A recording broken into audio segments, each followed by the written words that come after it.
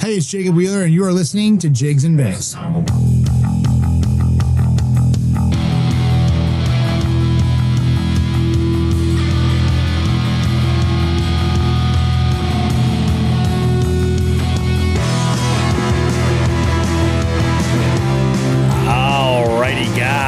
It is already June, and it's been a roller coaster of a week here around Jigs and Bigs. Do we have an amazing show for you? Listen up. We have some more heat off the trail from last week's discussion about post-spawn. We dive into two camps. One beats the bank. The others catch them sneaky offshore. Which are you? We'll find out. We also have news out of New England this week with an attempted murder charge for one local Massachusetts man. More info in our fishy headline segment, and Binya Outdoors joins us this week with results from the May Team Tournament Trail. Folks, you do not want to miss out. We have one hell of a show lined up for you. Grab yourself something delicious to enjoy, and we will see you guys in just a little bit.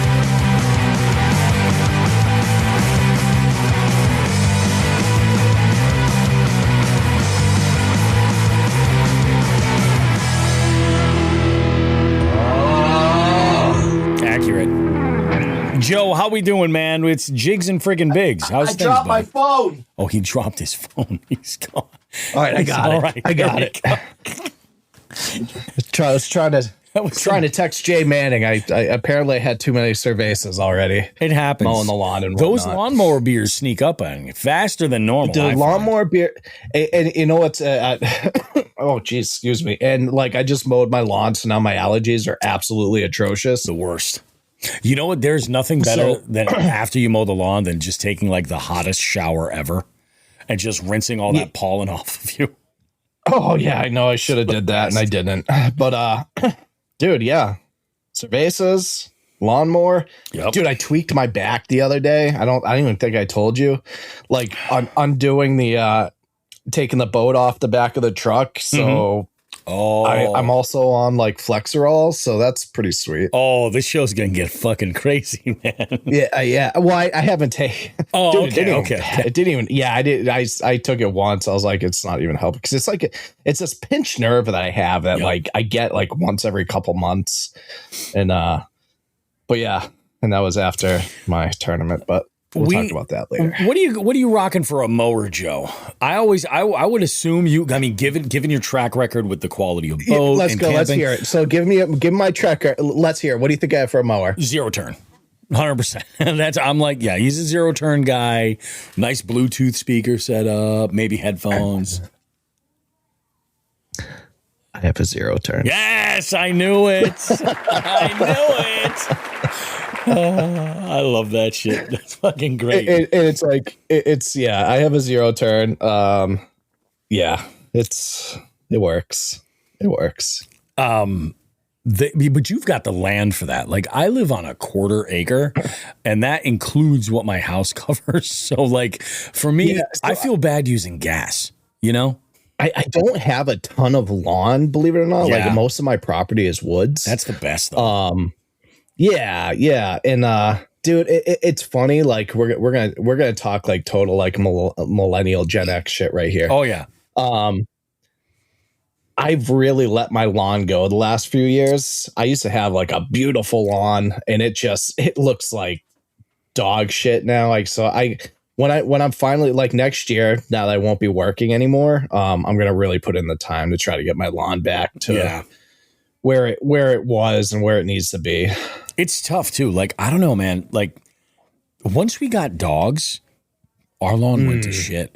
And I remember a day, and I don't know if it's what they're feeding dogs these days or what's in the food, but I remember a day, and this is, you want to talk about some fucking Gen X, like early like zillennial shit. You remember when like a dog would crap on your lawn and it would turn white?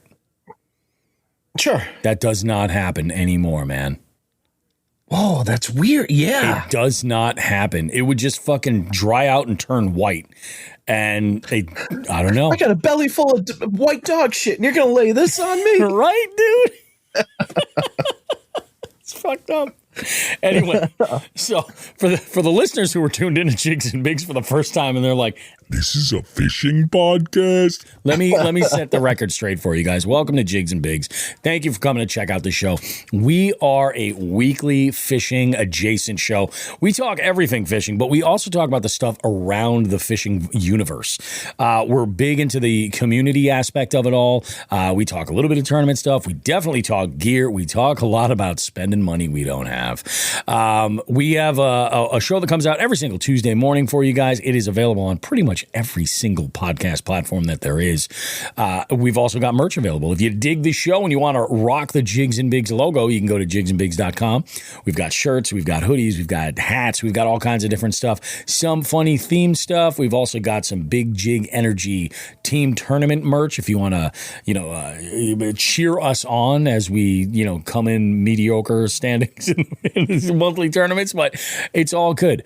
You're going to hear us mention some names, and those names are most of the time our jig heads. Our jig heads are our Patreon followers. They are actually watching us record the show right now via a live stream exclusive to them. And they're able to chime in and be part of the conversation. That's, again, more of that community stuff. That's what it's all about. It's a $5 a month subscription. It helps keep the lights on here at Jigs and Bigs. Keeps us, churning out a show every single week. We've been doing so now for almost 6 years, or for over 6 years.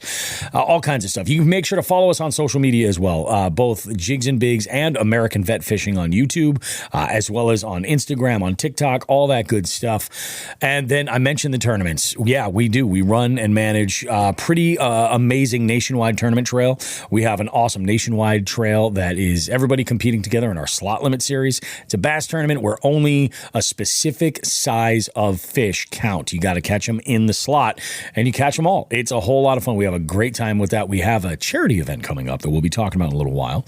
And we also have the newly launched team tournament trail. And right now we have one region that is based around the Northeast. It's kind of like New England plus. And we're going to be adding to the regions for next year's season because this series has been nothing but amazing. And I think the rest of the country has spoken up and said they want to be involved. If you're enjoying the show, please leave us a rating and a review on your podcast platform of choice, whether that's Apple Podcasts, Spotify, whatever it is that you're listening to us on. If you have the ability to give some feedback about the show, we would love to hear it. And, your ratings and reviews, they help us a ton. Later on in the show, you're going to hear a couple of segments. For instance, our FTG segment. You're going to hear a little bit about our Live Well segment. This is where you can call and text us to give us some feedback on the show, ask questions, give a shout out. For FTG, you want to air a grievance and throw somebody under the bus. I personally have one this week for you that I think you're going to really enjoy. Go ahead and put this number in your phone, call or text us. The number's 413-324-8519. And we are glad to take your calls and include them in part of the show. Sound off. You have a question, you have a comment about something you heard on the show. This is great. It's awesome to keep the conversation going. With all that said, Joe, now, did you have any fishy shit go on this week? I did have some fishy shit go on this week, Bobby. I'm here for it. I like fishy shit. I am back on the Wednesday night league trail. Oh, that's right. I've kind of forced my way back into there. But so it was at a local spot, South Pond. We've talked about it. Yep. It's no secret anymore. Phenomenal body of water. It's primarily kind of trout fishing body of water for, big browns. Believe it, actually last night there's a 10-pound brown caught while I was out there. But by some guy that was out there. But anyway. Yep. So the night before the league, I went out after work. I was like, you know what? Fuck it. I'm gonna go out after work for a while. Hooked up the boat, grabbed Draco, and I went out there. And dude, did well. Caught a bunch of fish. They're kind of hanging in like that 4 to 8 foot water range. So I was grabbing them off. I grabbed some off a jerkbait. I grabbed some off a swim jig. I grabbed them off of. I was throwing a wacky. And they're chomping pretty good. Caught a couple pickerel. Big ass white perch. Just a bunch of fish. So I'm like, all right, so I kind of know what's going on, so I should at least do good for the league tomorrow. That's great, dude. That's awesome, man. Yeah, so fast forward, and I was a bad partner, Bobby, because like the fish I was catching was like 16 and a half inches. Like they were like 16 to 17 inches basically. And I'm like, I'm not going to input them because I'm going up to St. Lawrence River and like these are all going to be gone. So we're not even going to, didn't even want to put 16s in there, Bobby. Oh, I know. And so I just tossed them right back. But so the league happens. So Wild Bill, this is the week he's supposed to do them with me. Wasn't the week that he was available. Oh, okay. So I grabbed Jeremiah, who's been my partner for these in the past. And we get out there. I grabbed Draco too, like because I've been taking him on the boat again, like a bunch now that I have my truck back, and so now he just freaks out if I don't take him. So brought him. And, we launch and we go a shoot out to a certain spot that, I like there for the bass. Oh, yeah. And, first cast, Jeremiah, wacky rig, grabs like a 2-pounder. I was like, okay. I was like, all right, off to a good start. So we get that in, throw that in the box. Keep fishing. I'm like, it's taking a little longer than it had been last night. Yeah. The previous days. Like I said, we're fishing like 48 feet of water, kind of in around a little bit of rock and a little bit of, just some grass and weeds, whatever. And, time goes on. I start hitting them, but I'm hitting like rats, dude. I mean, like 10 inches. Oh yeah. Like one after the other. I'm like, what the hell is going on? I was like, this is weird. And, Jeremiah, he hooks into a big pickerel. So we get rid of that. Then he hooks into like another 2-pounder. And I'm like, you motherfucker. Like I still don't have a fish on the boat. Yep. Like a scoreable fish. And long story short, those 2 fish that Jeremiah caught were the only 2 fish that we caught that were no way that were scoreable. Yeah. And which is crazy because I had been absolutely smashing them there.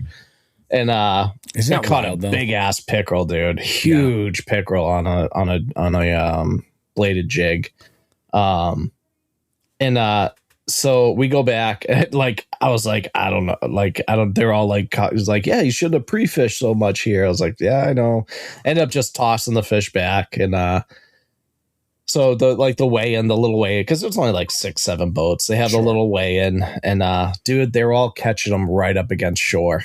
And I didn't even think to go up there. Yeah, that's crazy, man. So I didn't even think of it. Like I had been catching them in that 4 to like 10 foot range so much, and you get locked in. And and you only get like this thing it's only 3 hours. You know what I mean? Exactly. So it's so you don't have much time to figure it out. Is it a best 5 or is it best 3? 5. It's best 5. I tried to talk him into 3, but someone caught a 610 in like a foot of water. No shit. Big old fish. Yeah, big old fish. And really? No, they put some pretty good bags up, man. And so just everyone was just fishing super shallow. How did that fish look? Did it look spawned out? Dude, it looked like it had about 4 bluegills in its belly. Okay. Yeah, it was a big one. So it was a big girl. All right. Oh. Yeah, let me see. I actually might have a That's photo crazy of it here. Man. Yeah, so we have like the she's up that shallow. I mean, oh, man, that's crazy. Yeah, dude, I was really surprised to. Huh. So here it is right there. Oh, dude, that's a great fish. That's a fantastic fish. Yeah, it's a big fish. I'm telling you. So, yeah, but I had a good time with Jeremiah. We had a blast. We have another one next week. Then after that, and then prior after that, I leave for St. Lawrence River on I actually called up to the campground today. I'm like, you know what? I was booked for I think it was the 15th to the 19th. I was like, why don't you go ahead? Let's change that from the 14th to the 21st. So nice. Just going to be out there for a straight 7 days now. So I'm excited for that. I'm not going to want to leave there, but I might have to fucking put something together and get my ass out there. I'm going to be up there for a minute, dude. I know, dude. Oh, it's fucking killing me. Yeah. I have only like maybe a week and a half, I think, left. And then I'm not going to have to do the run back and forth to school. That's going to change my fishing a lot. Instead of like getting on the water at like 8:30 or 9 o'clock in the morning, now I'll be able to be out there way earlier. Yeah. You know, oh man, that's crazy. Well, that's awesome, dude. I mean, you got out there and you caught them. Yep. I mean, we would have had a limit if you added those 16s in there this week. That would have gotten us there. I hope. That's okay. That's all right. We're sandbagging. That's all, Bobby. We're sandbagging. I hope that we are able to get it done with St. Lawrence. Yeah. You know what I'm saying? I'm hoping that that's the situation. But holy shit. Dude, I might go out tomorrow too. I might go out tomorrow morning. We'll see. I got out this week, dude, and it was, man, I'll tell you what, this week was a little all over the place. So a couple of ways, the notes look like this. Saturday, I did that wedding, right? Ed and some of the guests actually I knew. This was an older couple, and it was a different vibe entirely. Like they weren't up for dancing at all. So it was a lot of background music, but like deep cuts and stuff, which is kind of cool. We had a good time. Ed and Debbie are the couple. Congrats. They were a whole lot of fun. We had a blast. I packed up that night, and it's funny you mentioned like messing up your back, because last week I was kind of like, I don't know, I thought maybe like I slept fucked up or something like that or whatever, because like you get to a certain age, you fucking sleep or sneeze the wrong way, and you fuck your back up. Like it's just the way it is. And I'm like, oh, this fucking sucks. And I made a couple of adjustments to make sure like I slept on my back. And I was like, all right, we should be good. Friday was fine. Everything's good. Saturday, I'm getting ready for the wedding, and I'm putting my shoes on, right? And I bend down to tie my shoes, and as I stand up, I can feel it. I'm like, you motherfucker. So I have this huge setup to put together. I get everything there. Everything goes fine. It's no problem. Actually, setup and tear down were actually really no problem. I just had to pay a little bit more special attention and not fuck anything up, especially moving my fucking 100-pound subwoofer. That's not fun. So I pack up that night, and I'm like, all right, so I'm going out Sunday. I went back out to a spot that I've been fishing lately and have been doing pretty good on. And I want to just go and kind of like tinker around a little bit. Holy shit, dude. I fished on a Friday morning there, and it was wonderful. I fished there on a Sunday morning, and it was hell on earth, my friend. The wreck boats in this one tiny little area, like when I say wreck boats, I'm talking full-on wake boats, like trying to like water ski in here. I'm like, you guys know that there's another fucking whole section of this lake that's like much larger and lends itself much better to what the fuck you're trying to do. And like people that live in this area, this lake, like their boats and their docks are like slamming together from all the waves and shit like that. It was really fucking ridiculous. I got out to an area that I had fished real well before, and I wanted to tinker a little bit and see if maybe on some of the outside weed edges I could pick up some fish, and I definitely did. I also wanted to throw around those Gentlemen's Club jigs from Joe and see what they were all about. And being that like those jigs are designed for fishing weeds, fishing grass. That's what they're for. And it took a little bit to like, you know, get comfortable with the fact that I'm pitching this thing into weeds and there's no weed guard whatsoever. It's all that negative 15 degree line tie and the shape of the head that kind of allows it to get pulled through a lot of this stuff. It does pick up grass. It does pick up stems from pads and things like that. But I mean, you're actually able to like kind of like punch into it and then drag it a little bit. It's kind of nice. They were not responding to the jig while I was out that day. They did later in the week though. So I was fishing a lot of like more subtle moving presentations, some downsized stuff. I was throwing around an urchin style bait from the fuzzy balls from Land of Baits, throwing around a bunch of different stuff. And pretty much like the finesse swim bait was really doing well. Caught a couple of 15s, right? Which is great. But again, like nothing that was going to help us in the team tournament or anything like that. And I caught, what was it? I lost a big one, dude. So I caught 2 while I was back in that small area, and then I decided I'd go and try this other point where I've had some good experience and trying to focus on the structure. There's a nice steep drop off there that goes to like 25 feet. After there's this nice little like 6-foot bank, and then it just drops down. I was like, okay, we'll fool around with that. That's where I caught one of the 15s out there, and then I was like, the wreck boats just doing their laps. Where I'm like, this is ridiculous. I'm gonna get off the water. We'll just it's a little more, it's a bit much. I'm gonna call it. All of the turbulence on the water, my back is giving me a hard time. I'm like, fuck it, dude. I notice this seawall right across the way, and it never stuck out to me before. I hadn't fished that side, so. And nothing, but I was like, man, it was the way that the wind was blowing up against this point that came out where the seawall was, and I'm like, that looks juicy. That just looks fishy. So I'm going to motor over there and see what happens. First cast, another 15. Boom. Absolutely loving life. I am stoked. Keep in mind, this was in May. So these fish were doing nothing for me. I was looking to break to cull something. So like these fish were doing nothing. That's why I was like, oh yeah, a couple of 15s didn't do me any good, in the derb anyway. I'm like, all right, first cast, I'm gonna work this bank around, and I'll fish until the docks kind of disappear, and I'm out of the fact that this point here has got the wind blowing right into it. So I go and I'm fishing these docks, and I'm throwing the finesse swim bait up there, and I was like, I'm going to pick this one dock. Something about the way that it looked just seemed, because it had weeds coming right off of the dock, like right off the side. So I'm like, I want to pick this apart just a little bit more. So I threw a wacky up there, right? Skipped it right over. And this is on that ultralight bait finesse, right?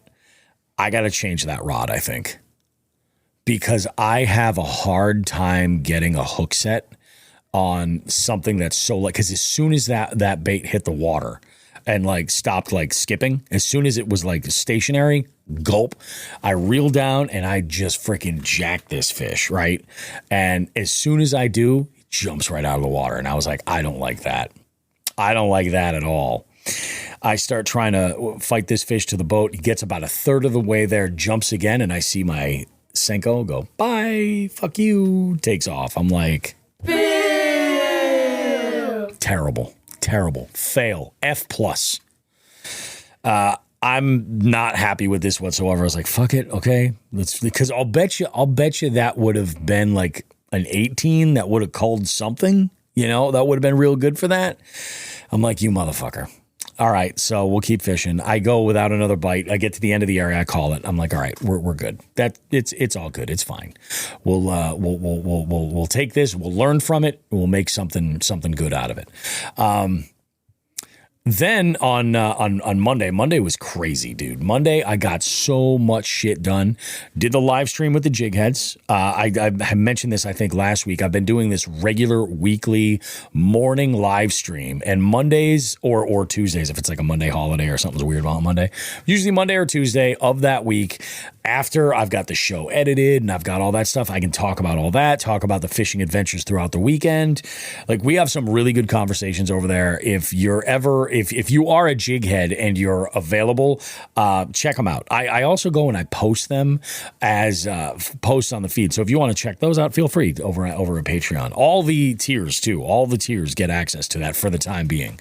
So that was pretty cool. Got that done. I did all the things as far as getting the week all prepped. Like I said, this month, June, I have a private event every single weekend, at least one. And right now, they're not weddings. They're I have a Jack and Jill on Saturday, and then next Saturday I have another Jack and Jill, and then on Sunday, no. Then the Saturday before Father's Day, I have a wedding, and then a wedding the next weekend as well. It's just, dude, it's craziness. But again, stoked. I'm here for it. So I got all the pre-production done there, edited the show, set up for trivia, everything. The goal was to have all this stuff done so that Tuesday I could go and start fishing for the June team tournament. And I managed to get a couple of LMBs for the derb, which is awesome. Nothing crazy. I went to Fisher Marina. I was looking to see if I could find some post spawners over by docks. I did. That was awesome. Put a couple of them on the board and was feeling pretty good about myself. Went over, dude, and just started cleaning house with crappie under some of these docks. I probably caught 8 or 10 all day. And like decent sized ones too. So it was pretty good. And they were actually eating pretty good baits. Like they weren't even like when I catch them on bait finesse, it's fun. When I catch them on conventional stuff, not so fun. You know what I mean? It's a little too, they don't fight so much. So, it was a good time, had some fun, called that. Let's see what else. Oh, also ordered some stuff from Bass Dash. I don't know if you noticed, I'm wearing one of my items here. A couple of the sun hoodies because this year I'm taking sun protection really, really seriously. And I made a purchase. I've kind of had this in the conversation for a while. I bought some gloves for sun protection, like the fingerless gloves. And dude, I fished with them today. I love them. I think they're great. I really do. I was a little concerned about how they were going to, work as far as the mechanics of wearing those and the reel and everything. And if they were going to be comfortable, fucking loved them. Absolutely loved them. So they're totally worth it. Very, very cool. I'm going to do like a full Bass Dash thing for them and check that. Let's take a look. What else did I have went on this week? There was actually quite a bit that went down. And then, Wednesday I didn't fish. Thursday I went out and I hit a body of water that I grew up fishing. Like it's one of these places, my hometown. Had a good time. Went out and I caught like 4 or 5 species. I caught a bunch of, those like 10-inch bass you were talking about. Caught a shitload of those. I caught a bunch of pickerel, more crappie. I was finding the crappie staging up on like steeper drop-offs. And I caught a rainbow trout. This was after I discovered a little bit of a pattern with that Gentleman's Club jig. Most of these fish came off of like finesse moving presentations because they were chasing, but I found some weeds and some pads that were grown up pretty good, and I was like, I'm gonna fool around with this jig a little bit and see what we can come up with. And I managed to catch 2. I caught a 15 and a quarter on for the derb, which was awesome. And then the other one, this sucks.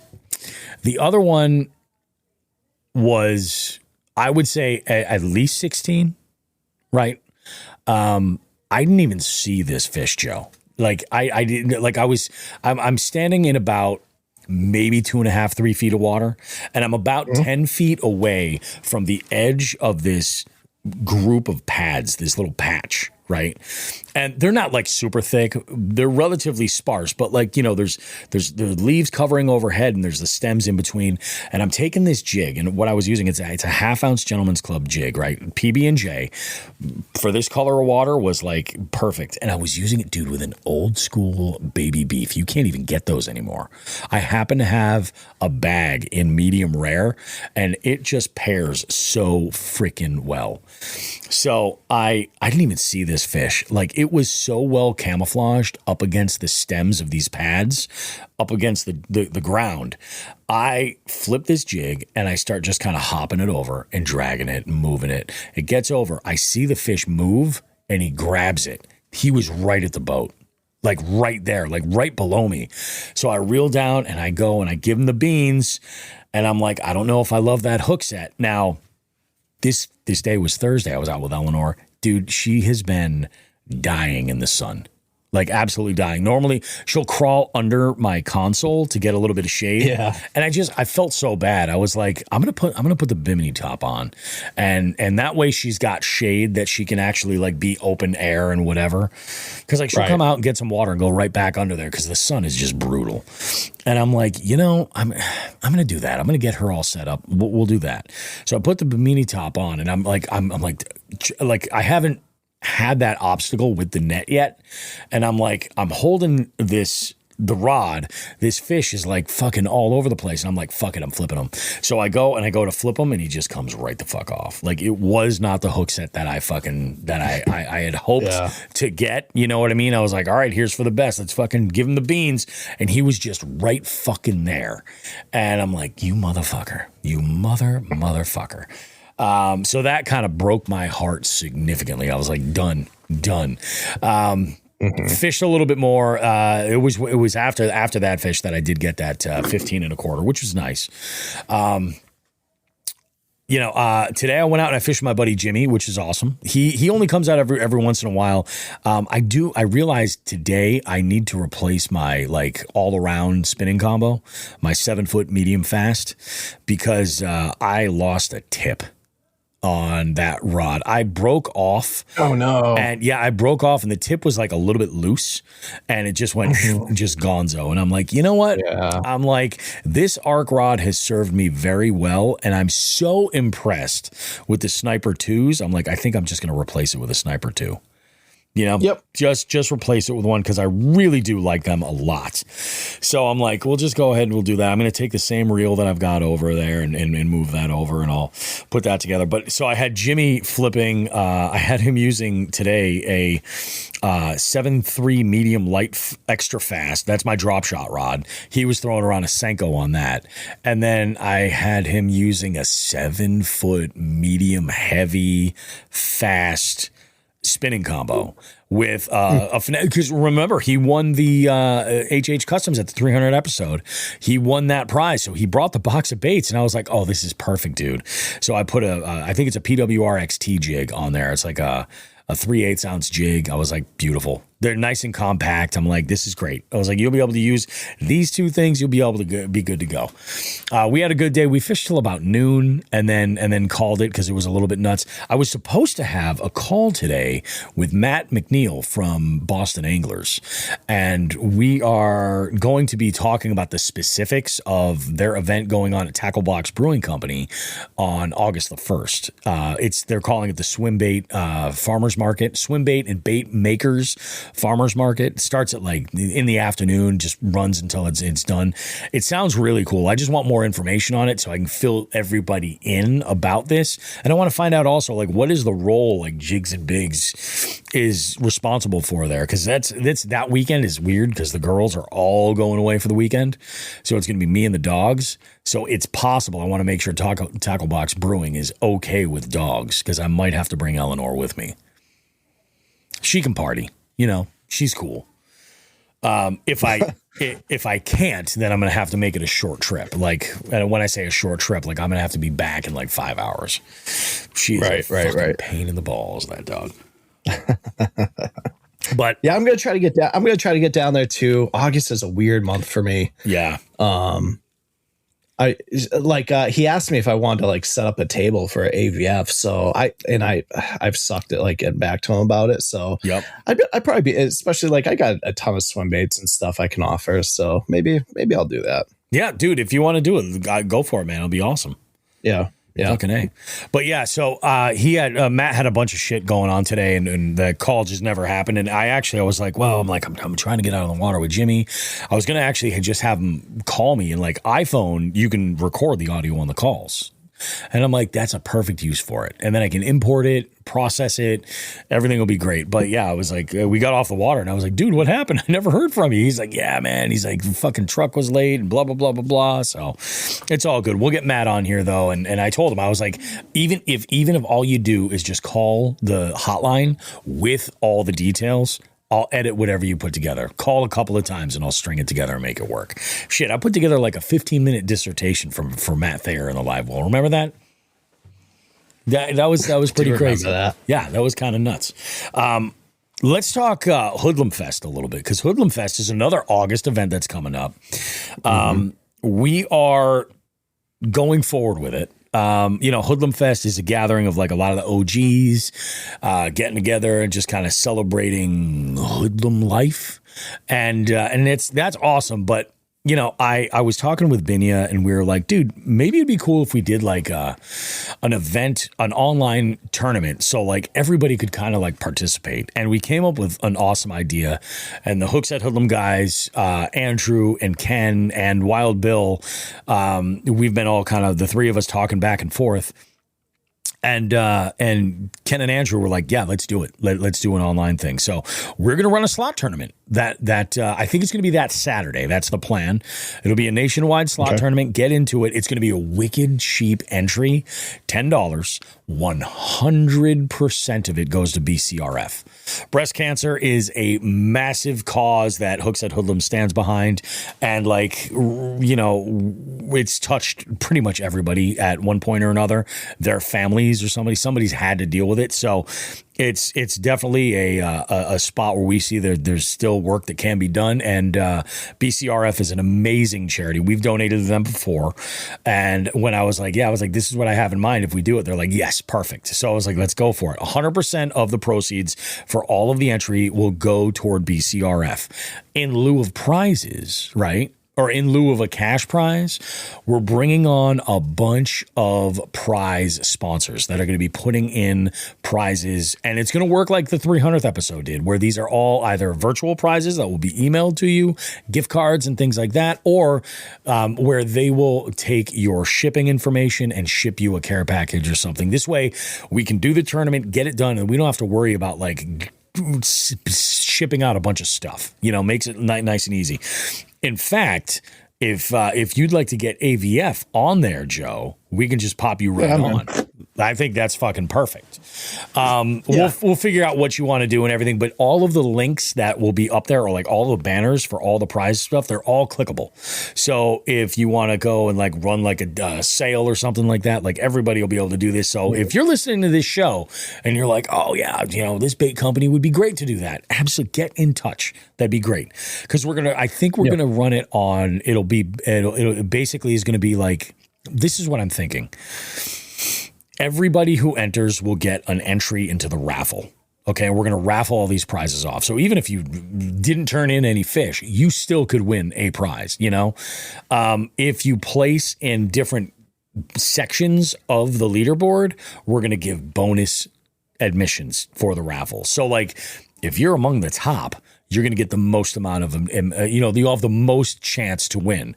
If you're down at the bottom, you'll have the least. But everybody will be entered to win. We'll have some great prizes, and it'll be a whole lot of fun. It'll be great. So I'm looking forward to that. I know that there's a lot of people that are stoked about it too. As far as the Hookset Hoodlums, as far as Hoodlum Fest goes, for the local stuff, we're going to use Fishing Chaos for that as well. There's going to be an invitational that we're going to send folks over and get them all set. So this way, you remember Camp Hookset, that tournament?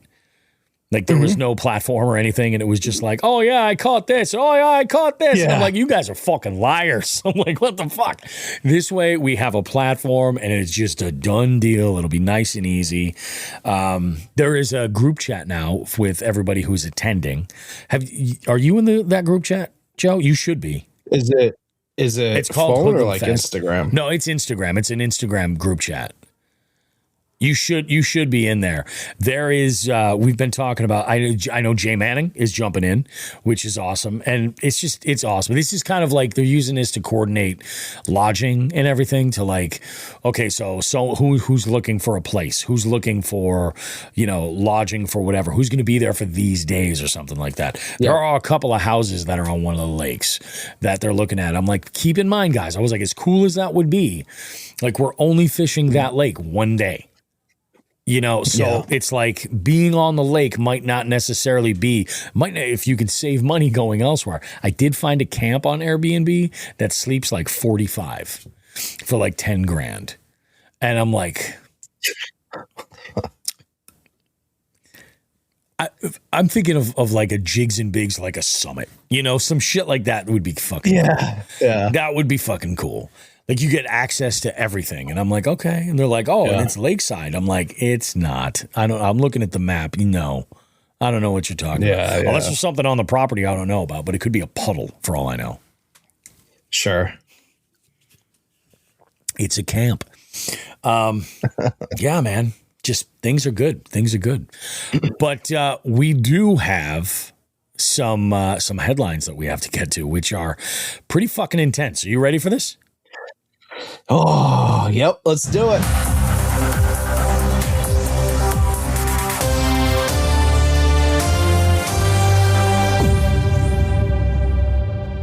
All right, Bobby. I showed this. I sent this. What was it yesterday? The day before? It was I sent last this night. one to you. Yep. Yeah, and granted, it's not fishing related, but it's lake related, so it falls right into our wheelhouse. Also, it's fairly local, so saddle up for this one, boys and girls, because a 70-year-old man has been charged with attempted murder after a fight at a Massachusetts beach. And Hopkinton police said they believe the altercation started with a dispute over access to Lake Maspinock. A 70-year-old man facing attempted murder and other charges after he allegedly assaulted and held a 21-year-old man under the water at Sandy Beach in Hopkinton, Massachusetts on Wednesday. Stephen Dana of Hopkinton is charged with attempt to murder, strangulation, suffocation, and assault and battery on a disabled person. Hopkinton police said they responded to Hopkinton police said they responded to a report of a fight in progress at Sandy Beach on Lake Maspinock just before 7 p.m. Wednesday. Police said they were able to quickly identify the parties involved in the altercation and began conducting an investigation. In order to keep the parties separate, police asked Dana, who lives in the neighborhood, to return home and wait for police. The investigation determined that Dana had gotten into a physical altercation with a 21-year-old man over the man's use of Lake Maspinock. The only boat ramp to the lake, which straddles Hopkinton and Milford, exists on Lakeshore Drive and is limited to use by Hopkinton residents only from Memorial Day through Labor Day. The alleged victim, Matthew Duffy, reflected on the incident in an interview with NBC 10 Boston. He says, he literally came up to me and my friends and was instantly being aggressive and rude for no reason. In trying to kick us out of public space, Duffy said, we weren't having it, so we weren't moving. And then he eventually came down after we were arguing with each other, and then more arguing led to him attacking me and then shoving me in the water, and I needed my friends to help me get up. GoPro video footage reviewed by police showed Dana slapping the other man across the face before the two men ended up in a struggle in the water, at which point Dana was seen forcefully holding the younger man under the water. Friends who'd been with the alleged victim then pulled Dana off of the other man, according to police. Police said the 21-year-old had been involved in an accident a few months earlier that left him with severe injuries that require him to use crutches to walk. Dana was arrested without incident at his home and taken to the police station, where he was held without bail pending arraignment Friday in Framingham District Court. He had a hearing Thursday, but prosecutors asked for more time to get Dana's criminal record straight. The defense pushed back, saying the injuries were only minor and that Dana hasn't been in trouble for over 20 years. As to injuries, this is from the defendant himself. He was not hurt other than scrapes from the struggle. Both Dana and the other man refused medical attention. Hopkinton police said they believe Dana approached the other man because he was not a Hopkinton resident and accosted him about his use of the lake, which escalated into the fight. This is an incident of senseless violence that could have had tragic results, and we treat matters like this with the utmost seriousness, Hopkinton Deputy Police Chief Scott Van Ralton said in a statement. The Hopkinton Police Department asks that residents contact the proper authorities to investigate incidents that involve the enforcement of the town's bylaws rather than taking matters into their own hands. There's no place for unnecessary violence in Hopkinton. Yeah, that's it. And there is a video out there. I mean, I won't. But it's just the jigheads could see it, but it's just a bunch of garbled mess. But in the video, essentially, let me back up. Guess what the kids on the beach were doing, Bobby? They were jet skiing. They were jet skiing. Yeah. The old lake lice. The old lake lice. Straight lake lice. But yeah. You know, so let's break this down. Yep. So these kids, I will admit, or I will say, they were in the wrong. If it's supposed to be Hopkinton residents only, then that's kind of what it is. And yep, you know, they were in the wrong in that aspect. However, that dude didn't have to, and needless to say, this kid, he had like, I'll be honest, I think the disabled person, the assault of a disabled person is a little bit of a stretch. Just I because agree. He was in a motorcycle accident. He just had an injury to his leg. Yeah, exactly. You know, it's not like he's disabled. Yeah, no, it's, I think they're doing that because he acted like because Dean acted like a jackass is what it is. I think they're just bulking up that charge. Like, because you see in the video the kid who's supposedly, you know, disabled, his crutches are like thrown off to the side and he's like on 2 feet. Like he's normal. He's standing there. Exactly. Like, so it's the Dana or whatever. He shouldn't have done that. I mean, I get it. Young kids can be frustrating. But you know, this ain't the 80s and the 90s anymore, and people always have a camera. Exactly. And that's the thing. Because of the camera, it fucked him royally. You know what I mean? Like, it did. I think what he did was fucking stupid. Like, number one, these kids are in the wrong. Call the fucking cops. That's not your fucking battle to take on. It's not. And the kid was an asshole. Like, the kid was an absolute asshole. Yep. And I think the line was, he was like, call the cops. What are they going to do? Shoot me? Or some shit like that. And I think the guy was like, do you want me to shoot you? And then the kid was just like, you're going to shoot me? And that's when he walked down and then pushed him in the water. And because you can see all that shit, this guy is fucked. The kids were in the wrong, 100%, but the way he handled it was absolutely incorrect. Yep, I completely agree. And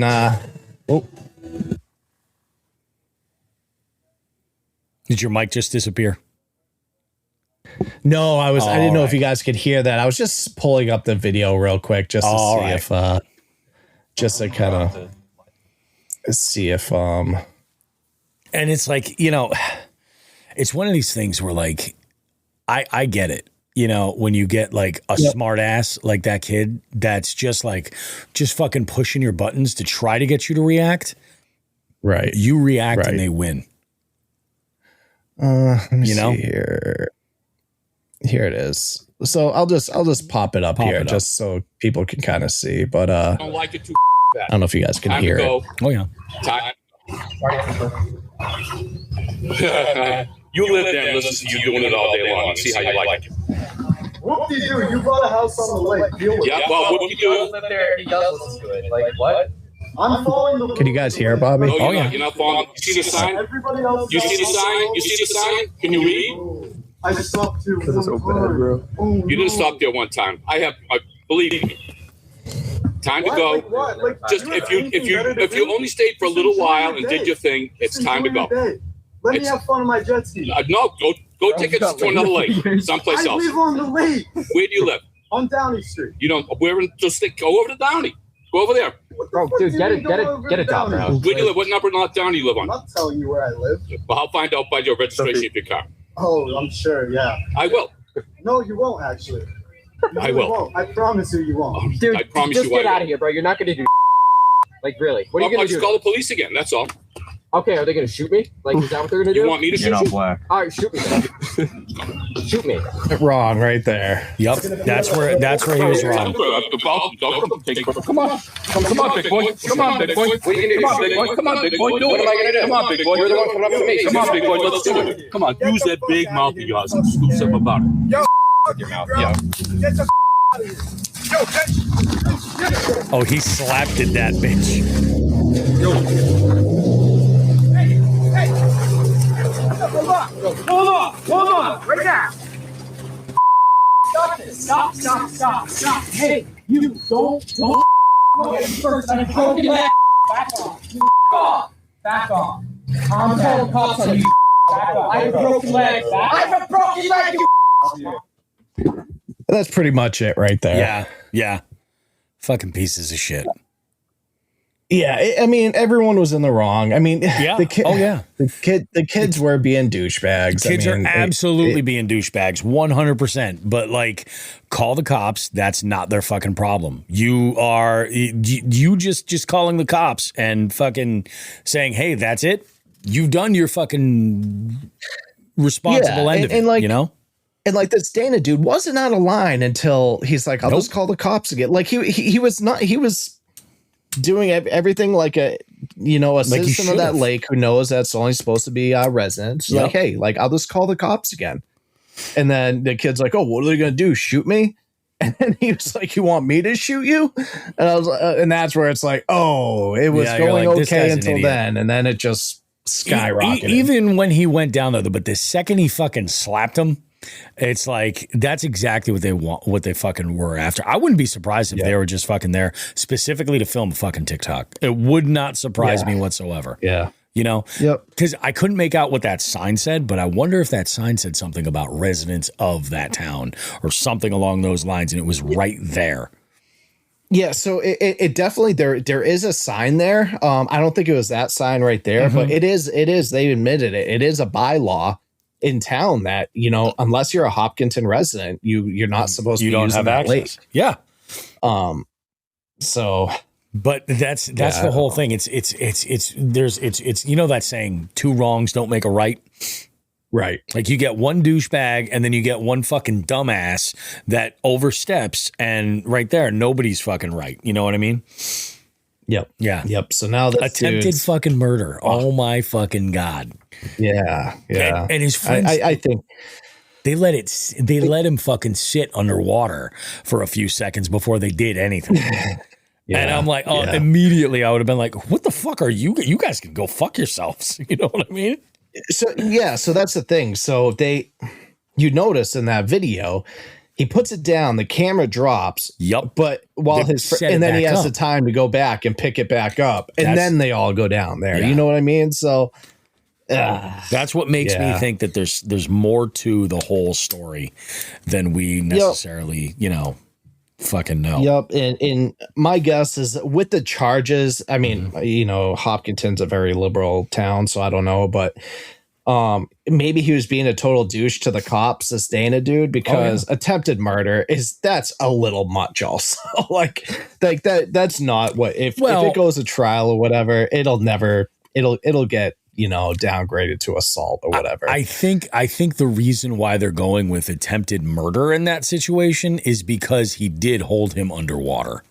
And had he not done that, it probably just would have been assault. But like, you only put somebody underwater for one reason. Yeah. You know what I mean? There's only one reason. So, I mean, maybe I like, who the fuck even knows? He's also fucking 70. I have a feeling they're going to go very light on him anyway. Yeah. Depending on what kind of record he has too, that's got to come into play. Who knows? Right. But that's shitty, dude. Todd goes, thanks, friends. Yeah. That's trust me. It probably happens weekly that I absolutely also, first and foremost, there's nothing more degrading than getting bitch slapped. No way. Yeah, absolutely. When you get fucking slapped like that, completely bitch slapped. But let me tell you, I can't even tell you, it happens on a weekly basis that I want to bitch slap some fucking young kid. For I believe it, man. Reason. Dude, oh my God. Like it, having older daughters now, and one is still in high school. I don't know if I'm going to make it to her graduation without catching a charge. You know what I mean? Yeah. Because it's like, holy shit balls. Kids are fucking insane. Dude, they're so fucking disrespectful. They're so like, dude, I see the way these kids, even with my oldest, who, you know, we've had issues with him and he's completely turned around. He's just like a humble, good kid now. Yep. Like I actually like really like him now. And shit like that happens. He's graduating high school Sunday, by the way. But, no shit, dude. That's awesome. Yeah. Yep. But dude, even like I see some of his friends like, and I've seen him take a step back away from some of the friends that were really douchey. Yeah. But like, dude, just kids are like, if I acted that way when I was a kid, and you too, Bobby, I'm sure, my dad would have beat the fucking snot out of me. Yep. And he has, dude. There was one time where I really talked back when I was probably like 50, that my stepdad was probably like 15 years old, 14, 15 years old, dude. And I was, it was funny because I was on the stairs going up to the second floor, like holding on the railing and like yelling at him, whatever. Dude, he just grabbed me and brought me right up over that fucking railing and put me right down on his floor, dude. And let me tell you, I never did that again. I never did that again. Like, I mean, I like to say like, oh yeah, you know, like my kids don't fucking mouth off or whatever or anything like that. Or like there are kids that you meet where but I feel like a lot of it is like, I don't know, man, like the apple doesn't fall far from the tree. I think that has a whole lot to do with it. I'll bet you that these kids, their parents are fucking douchey assholes that always got to talk to the manager. You know what I mean? Shit like that. Yeah. And that's, I mean, when that's your environment, like you're just a fucking douche, you know? Oh. Yep. Yeah. Yep. It sucks, dude. Fucking nailed it. I mean, we're the same age. He's like, I was afraid of disrespecting anyone when I was a kid. Dad would not have it. You know, no, dude. I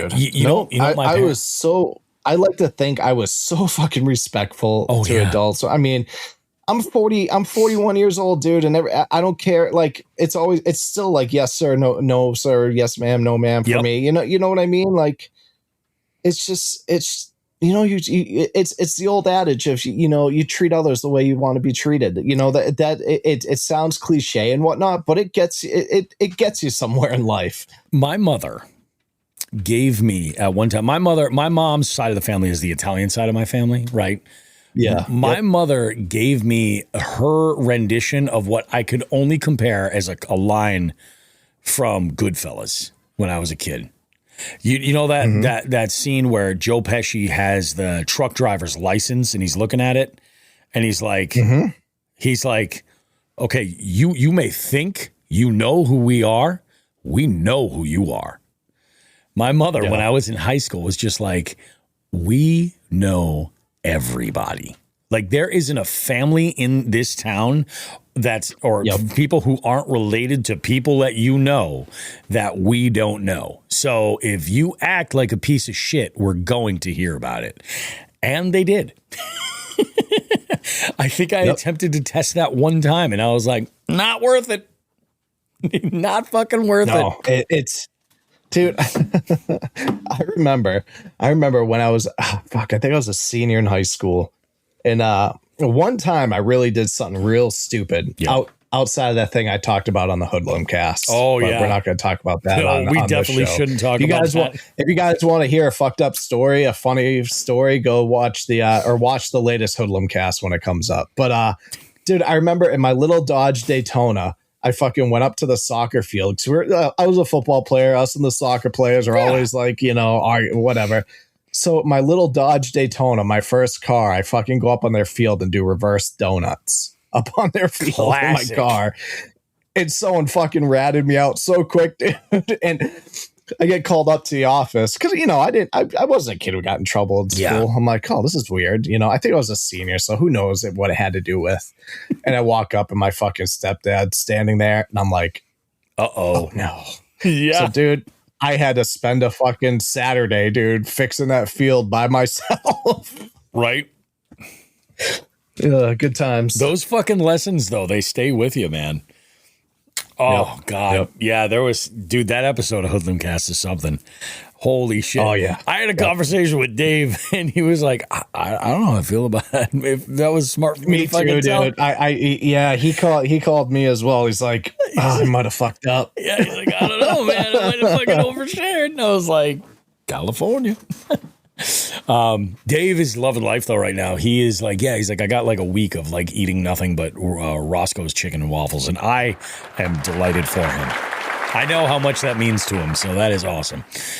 Yeah, dude, what a wild story. What a crazy headline. We go down fucking memory lane talking about discipline is youth douchebags. Yep.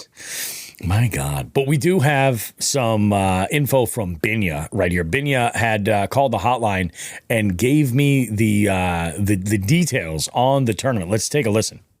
Hey, everyone. Binya here with a tournament standings update. We've officially closed out the May monthly series. This one came down to the final few fish. We even had a tie for third and fourth place. First time in this event. For the official standings, we had duplicate fish coming in at 98 inches in fifth place. We had bobber down coming in at 98.5 inches. We also had hula poppers at 98.5 inches in third place, having the bigger fish getting that tiebreaker. Scope and Hope came in with 101 inches, holding down that second place spot. And Geronimo came in with 104.25 inches. A great showing right at the end for Team Geronimo to take the win. We also have the June series that is underway only a few days in, and we already have some entries in place. In fifth place, we have Big Jig Energy with 43.5 inches. Bobby and Joe got on the board and are currently in the money. Fourth place, we have Lone Ranger with 69.75. Third place, we have Team House with 70.25 inches. Second place, Brody Davis coming in with 76.25 inches, and currently duplicate fish holding down that top spot at 84.25. It is still early in the tournament, guys. There's lots of time to get fish in. I'm looking forward to next month's status to see where everybody falls. Nice, Mike. That is awesome. May was intense. It really was. And June is shaping up to be there too. Like May was intense because I feel like a lot of us kind of like by the first couple of weeks, like we had gotten up there and it was like so ridiculously close. But I will say this much. It is nice that that we finished out May and we didn't let Dark Thumb beat us. That's true. You know what I mean? Like, I feel that was pretty good. So that's 2 goals down for them in May. We'll see how June plays out. But I'm excited for this, man. I'm really, really stoked. Yeah, man. We are going to take a short break, guys. When we come back, though, we got a couple of FTGs that are actually pretty freaking good. And then in Just the Tip this week, we're talking about the bank beaters versus the offshore sneaks, where the big ones actually can be found this time of year. Don't go too far, guys. More Jigs and Bigs goodness coming up right after this. Tomorrow morning is knocking. Stock your fridge now. How about a creamy mocha frappuccino drink? Or a sweet vanilla? Smooth caramel, maybe? Or a white chocolate mocha? Whichever you choose, delicious coffee awaits. Find Starbucks Frappuccino drinks wherever you buy your groceries. Ryan Reynolds here from Mint Mobile. I don't know if you knew this, but anyone can get the same premium wireless for $15 a month plan that I've been enjoying. It's not just for celebrities. So do like I did and have one of your assistants switch you to Mint Mobile today. I'm told it's super easy to do at mintmobile.com/switch. Upfront payment of $45 for 3-month plan, equivalent to $15 per month required. Intro rate first 3 months only, then full price plan options available. Taxes and fees extra. See full terms at mintmobile.com. And perhaps play a little game called Just the Tip. Just for a second, just to see how it feels. Or, ouch, ouch, you're on my hair. Okay.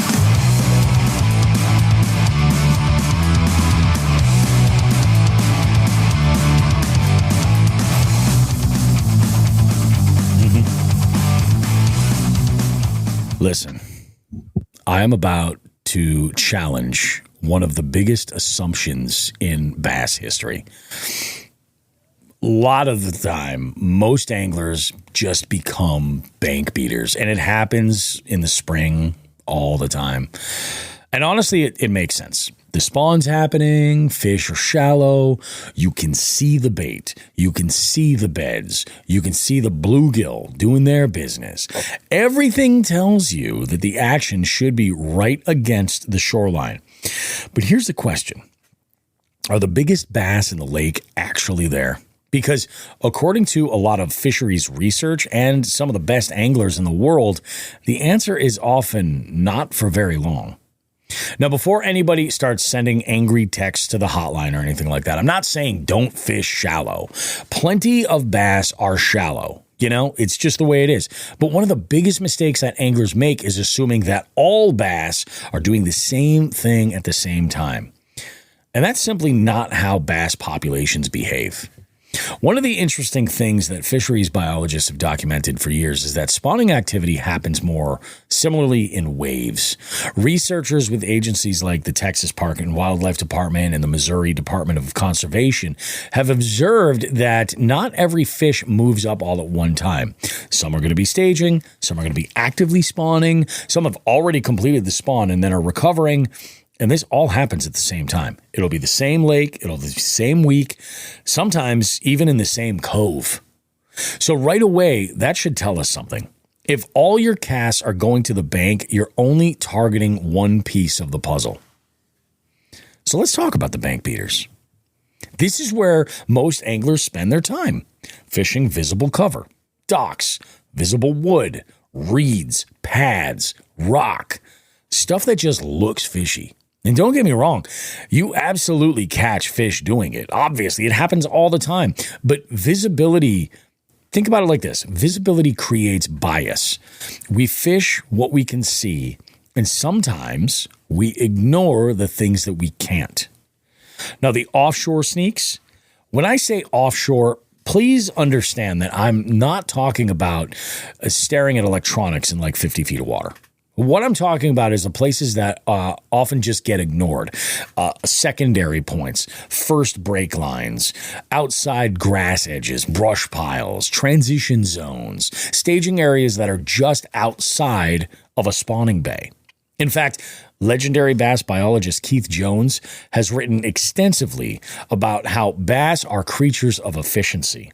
They tend to position themselves where they can maximize feeding opportunities while minimizing energy expenditure.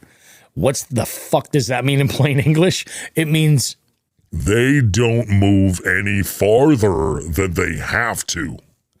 And this is where things actually start to get really interesting. Many experienced tournament anglers have noticed that some of the biggest females seem to disappear shortly after they spawn. Well, as we covered last week, they don't actually disappear. Research using radio telemetry and tagging studies have shown that bass often move back toward deeper water, staging areas, or nearby structure shortly after completing the spawn. They're not going miles away. They're not crossing the entire distance of the lake. They're going just far enough to be able to recover. And that means that giant female that everyone was looking at last week might now be sitting on the first point outside of the pocket or nearby a brush pile that's a little bit deeper, or the very first hard bottom break might be enough to do it, or a dock that's got slightly deeper access. And most anglers, they just never even look there. And that's the trap. You're fishing memories. You're not fishing the fish. You caught them shallow last Saturday. You assume that they're still going to be there this Saturday. Meanwhile, the fish have moved and you have not. So this is the actionable tip here. When the shallow bite starts feeling weird, don't immediately run to another cove. Ask yourself, where did they go? Not eventually, next. Think one move ahead. If they spawned on a flat, look at the nearest depth change. If they were on docks, look for the docks that are closest to deeper water. If they're in a spawning pocket, check the first point that's leading outside of that pocket. Bass are never teleporting. They're transitioning. And honestly, some of the biggest bass that I've caught in that time, like post-spawn, you know, it's a time of year where they weren't buried in the back of a cove. You know, they're sitting in what I would consider like the waiting room, the staging area. They're not fully shallow. They're definitely not fully offshore. They're just kind of hanging out between seasonal movements. And those fish often get overlooked because everybody else is staring at the bank. The lesson isn't simply fish offshore. The lesson is fish the entire transition, because the best anglers don't just fish where the bass are, they fish where the bass are going. One of the biggest lessons that I've learned over the years is that fish don't read fishing reports.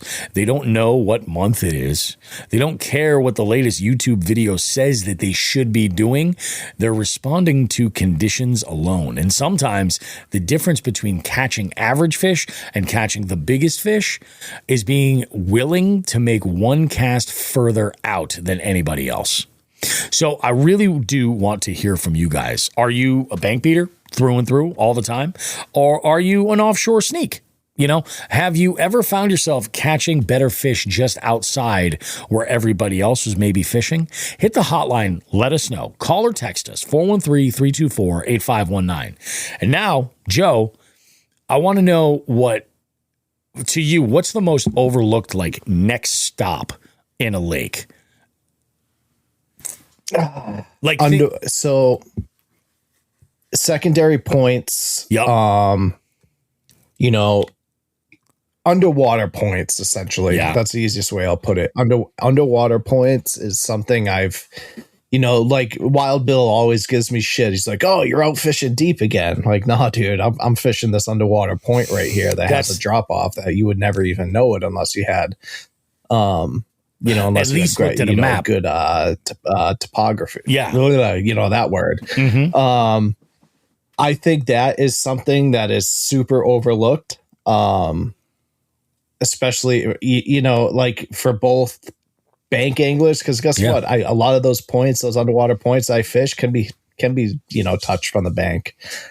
But yeah, that is I think the biggest overlooked one. That it's something I love fishing. I love doing research on. Yep. And yeah.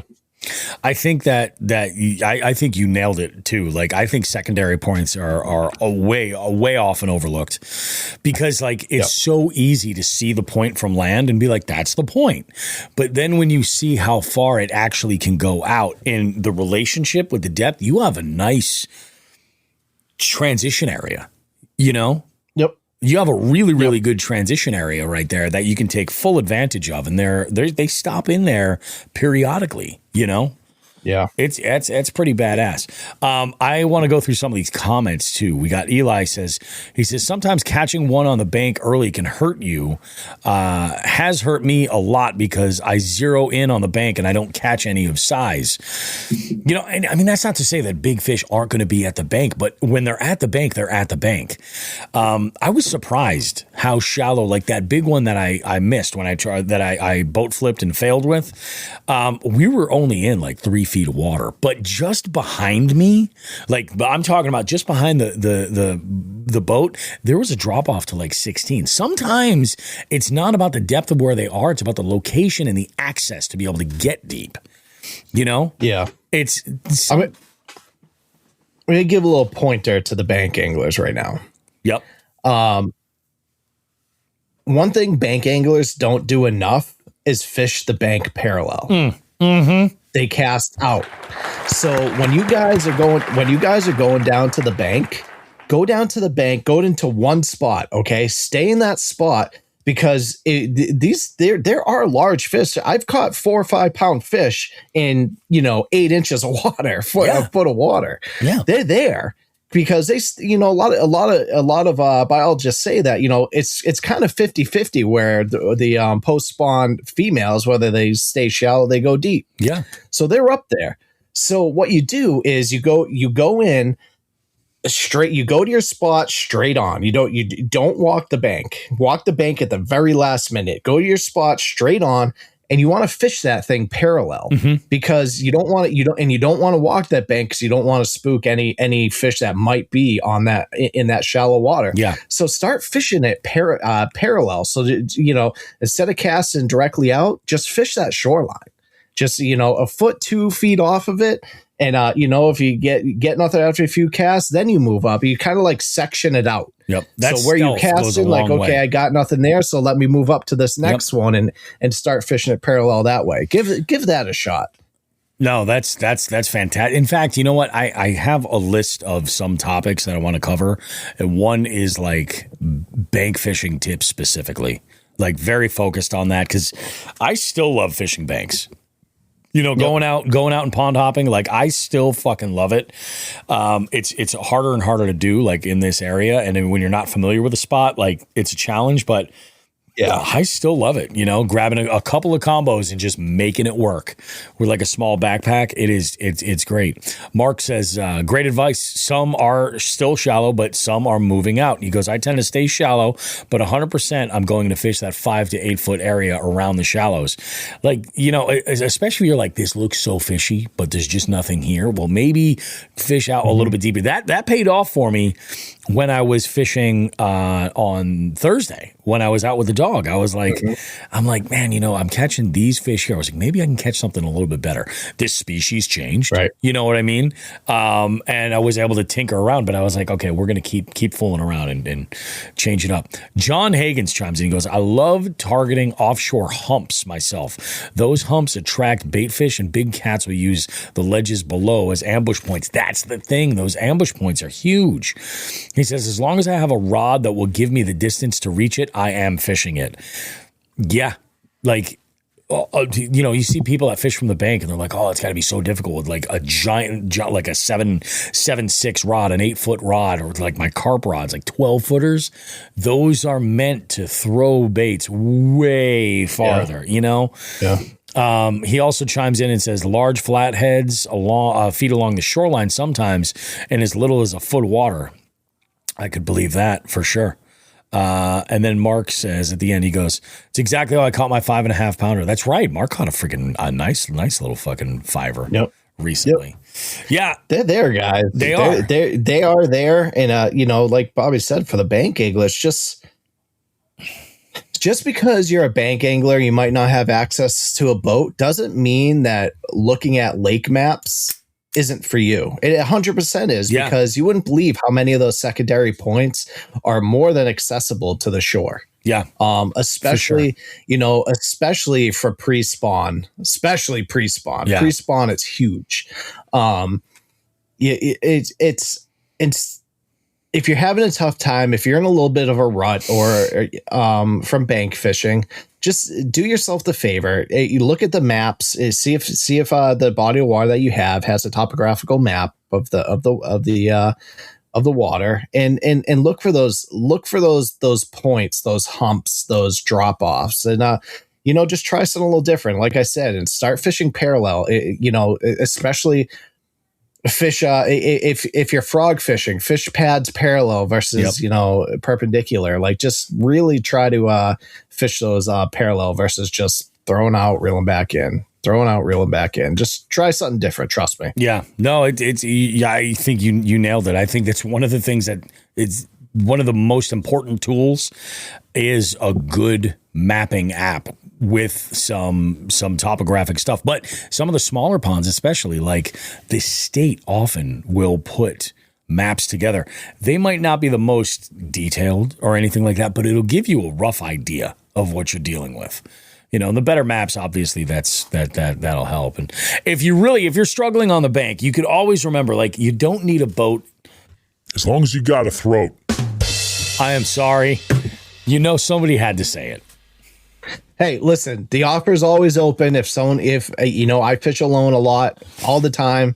If anyone ever wants to come out on the Icon with me, you know, hit me up and we'll make it happen. I'll show you some shit. I bet you will. Shit ain't free though. Shit ain't free. It's true. Oh my goodness. Well, we got a doozy right here. This is good because I get to chime in a little bit and do some talking, and we have a follow-up FTG. This doesn't happen too often, so let's go ahead and do this.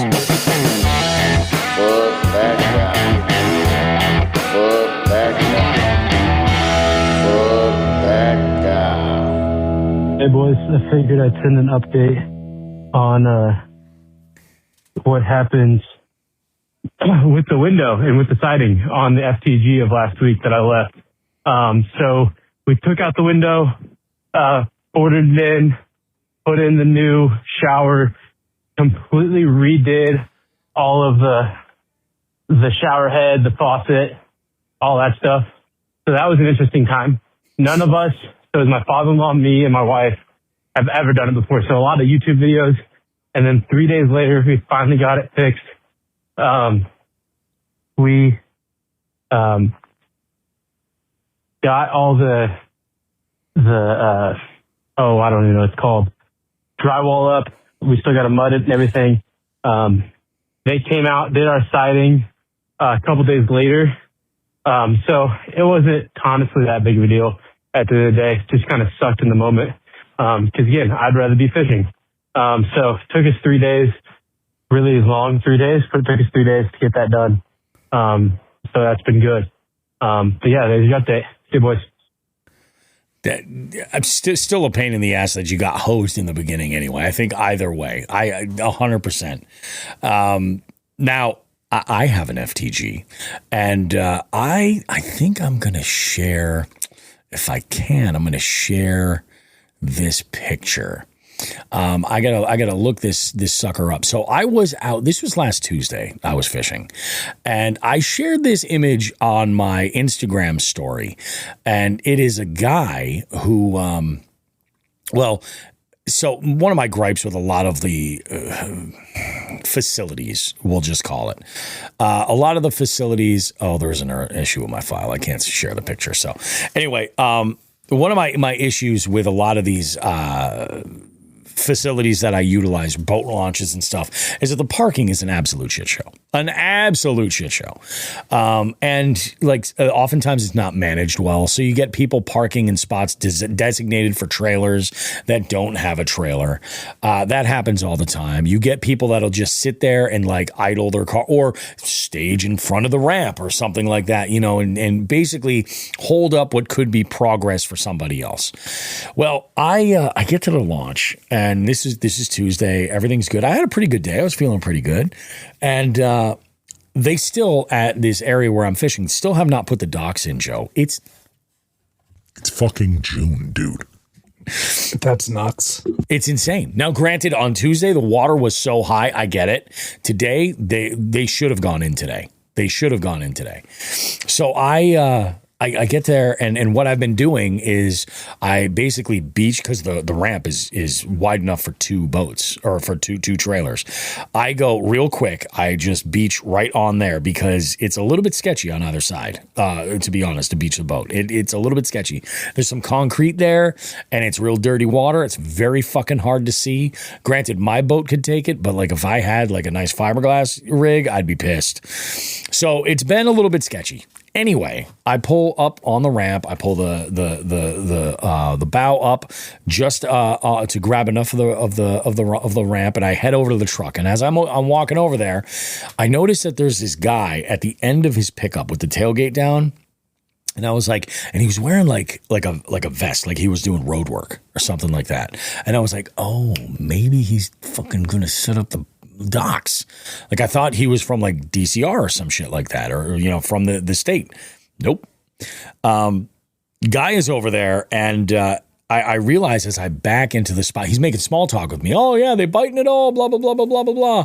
And then I noticed where he was parked. He was parked on a line of two parking spots for trailers. He was taking up not one spot for a trailer, but two spots for a vehicle with a trailer. And just rigging his gear, and he was going to go stand and fish right at the fucking launch, because that's where the fucking fish are, aren't they, you fucking twat? Anyway, I see this, and I'm just like, you have got to be shitting me, dude. I drive... I get the boat, you know, up on the trailer. I pull back up because I always do the same thing. I pull into a parking spot. I stage my boat.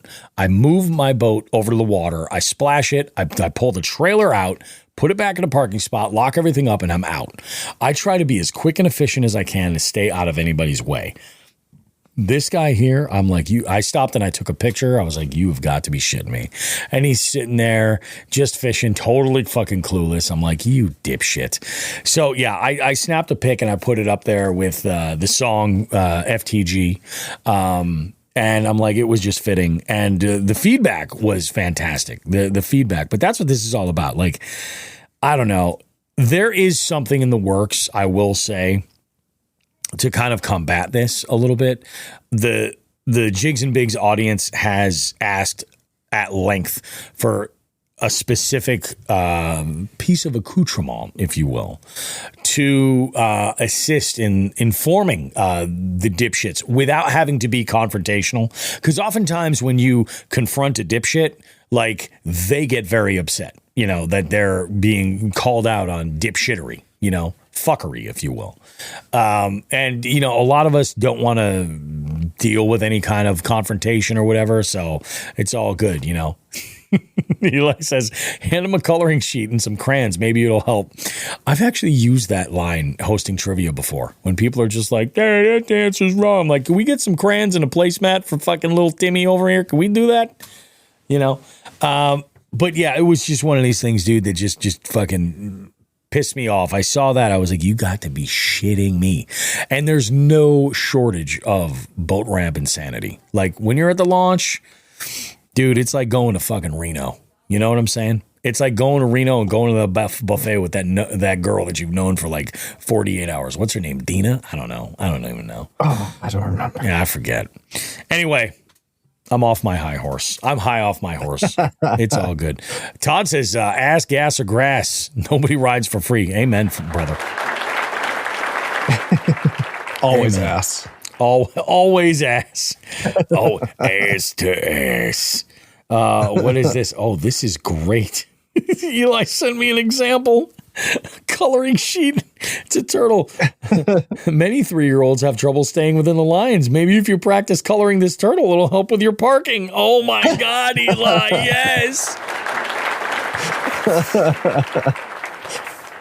That's fucking amazing. I get like a little 3-pack of crayons and just like tape it to everyone and just be like, oh, here you go, you dumb fuck. Oh my God.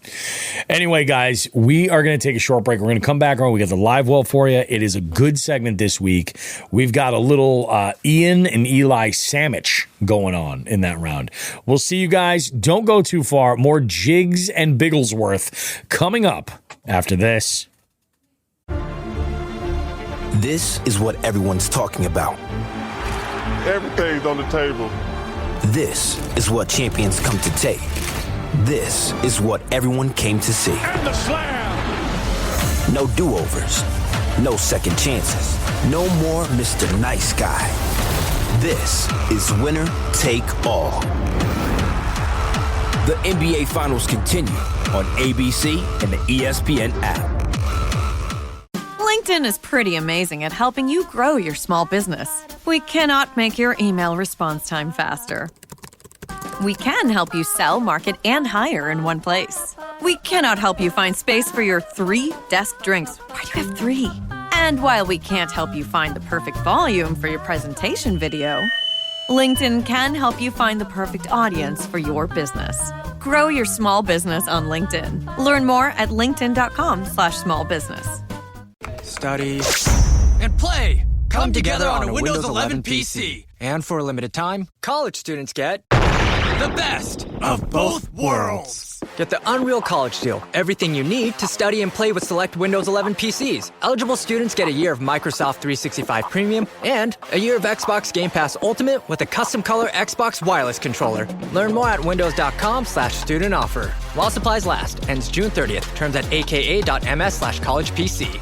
Choice Hotels get you more of what you value. Comfort Inn, it's calling your name. Save on the stay. Oh, and free waffles are yours to claim. Book direct at choicehotels.com.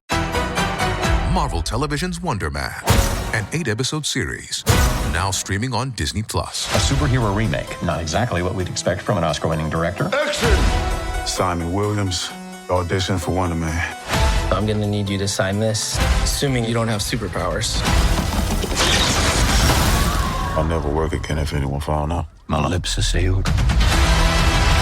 Marvel Television's Wonder Man. All 8 episodes now streaming, only on Disney+.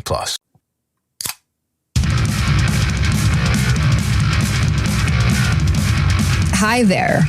Welcome to the Live Well, where we crack open a ramp beer and attempt to answer all of your burning questions.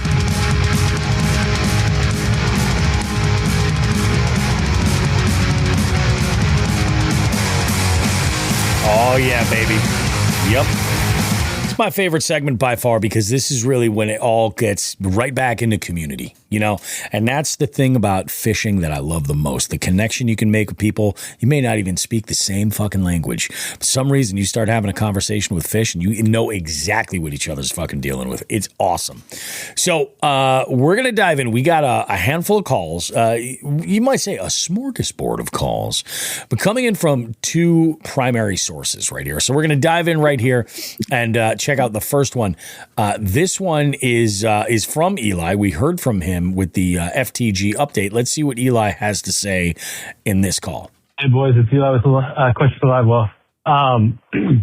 So I'm currently at a house that I've worked at a couple summers. It is on a lake. And he had super interested in building structure for bass and stuff like that. I put in 2 Christmas trees underneath docks. I put in some rock underneath an area to build it up to make some bass beds, stuff like that. So here's my question. If you had your own lake, your own pond, what structure would you put in it? What structure would you want in it to be like kind of your dream lake? Give you scenarios that you would love to fish, timber, stuff like that. It could even be fake structure, stuff like that. But if you were to build your own lake, build your own pond, what type of structure, how would the bank look, what would you put in it, stuff like that. Really, how would you build it? So that's my question I'm asking, time to deep dive into that. Curious to see your thoughts. Yeah, bye, boys. This is so weird for me. Yeah, this is a good one. I've never been interested in like having my own lake. Oh, really? I have. Yeah, like I have like a pond. Oh, I have. I would rather fit. I definitely, as I'm thinking about this now. If I could construct the perfect lake, yeah, of course I can answer the question. But I'm like, for me, I would rather go and be like, oh, this was amazing for these reasons. You know what I mean? And this was different this way. And for me, I like the experience of going all over the place. But what would yours be like, you know? So for me, it would all be centric on whether I am focusing on largemouth or smallmouth. Two totally different forms of structure there. Yep. So let's talk smallmouth. If I was doing smallmouth, big boulders. I'd put big boulders in as well as like gravel, stuff like that. It's going to be all about the rocks, dude. All about the rocks and shell. I try to have like a shell, almost like a sandy shell bottom or small like river gravel for bedding. But dude, there's one thing I've noticed about like just say the St. Lawrence River, man. There's every big boulder. There's usually at least a 4 on there, so they love those big boulders. They do, man. Yep, and I'm talking big boulders. Yeah. So that's what I would do if it was smallmouth centric. Largemouth centric, I would put some kind of structure with it on shore. So whether it be some kind of dock, something like that. I would down a tree, something in that aspect. So we're talking our timber, our shore structure. Try to make it deep. Try to hopefully it be deep for the winter months or whatever, depending on where you are. And I drop some timber down in there. So long story short, with the largemouth, it would be mostly timber, a shore structure. With the largemouth, it's going to be rocks, boulders, rocks, pebbles. See, I'm a lot like how I would like to do. I align a lot with that because not so much just because the largemouth, smallmouth, but I'd want the best of both worlds. You know what I mean? So like I would want to have like a portion of it that's like relatively shallow, with, enough vegetation, grass, and lots of timber. In fact, I would probably go so far as to just, people are like, they want to remove stumps. I'd probably buy the stumps and just fucking drop them. Oh yeah. You know what I mean? Like just do that. And I would do a lot of that shit on the relatively like shallow side. But then what I would like to do is make sure that there was a deeper side that had those boulders and, you know, just even like chunk rock bank, like maybe where the dam is, something like that, where there is that rock element with some depth, so that you can kind of do a little bit with all of, you know, you can kind of switch it up and have the best of both worlds. I say like I'm not interested in it. I feel like I've put too much thought into this already. I think that's a good question though, Eli. 100%. Fucking fishing the sticks. Todd goes, gotta have some peace gravel. Fucking A. Fucking A. Let's take a listen to this one. Comes in from Ian. Yo, Jigheads. It's Ian Ty Jamerson, all the way from the 505 from Mexico. Got a quick question for y'all. I was wondering, what in the world can you hook up with a fuzzy dice bait? I've been doing the Neko rig with a weight in it, but I'm trying to figure out what else can I use for it. Let me know. Appreciate y'all. Tight lines. Peace. Oh, that's a good one too. I go for it. Good. All right. You want to think about it? You want to think about it? So, no. I know. Oh, okay. I already know. All right. So, dude, this is. I was actually just searching a little bit because I was talking to Dave Arkey, and he was telling me about a rig that they're using out in California. But anyway, so it all depends. When you say fuzzy dice, it all depends on what size you're using for those urchin baits. So, you know, you have like anything from 13 millimeter to 22, 25 millimeter.